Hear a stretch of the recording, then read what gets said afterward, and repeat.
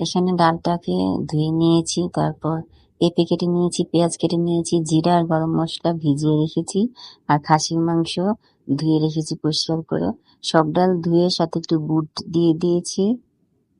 এখন রান্না করার পালা। আদা রসুন গুলোকে কেটে নিয়েছি, এখন ব্লেন্ডার করে নেব। ব্লেন্ডার করে এখন সরিষা তেল দিয়ে গরম মশলা দিয়ে পেঁয়াজ দিয়ে আমি ভেজে নিচ্ছি। দেন এখানে আমি খাসির মাংসটাকে কষিয়ে নিচ্ছি সব ধরনের মশলা দিয়ে। আদা রসুন বাটা, জিরা গুঁড়া, হলুদ গুঁড়া, মরিচ গুঁড়া, ধনিয়া গুঁড়া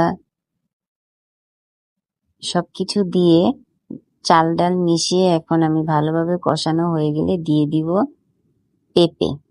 পেঁপেটাকে ভালোভাবে কষিয়ে নিব। সবজি হিসেবে আজকে শুধু আমি পেঁপেটাকে ইউজ করব খিচুড়িতে। আর এখানে আমি হিটারে পানি গরম হতে দিয়েছি, আর আরেক পাশে এক জগ পানি ভরছি। এখানে ফিল্টারে পানি ঢালবো, তাই ফিল্টারে পানি শেষ হয়ে গিয়েছে। শেষমেশ এখানে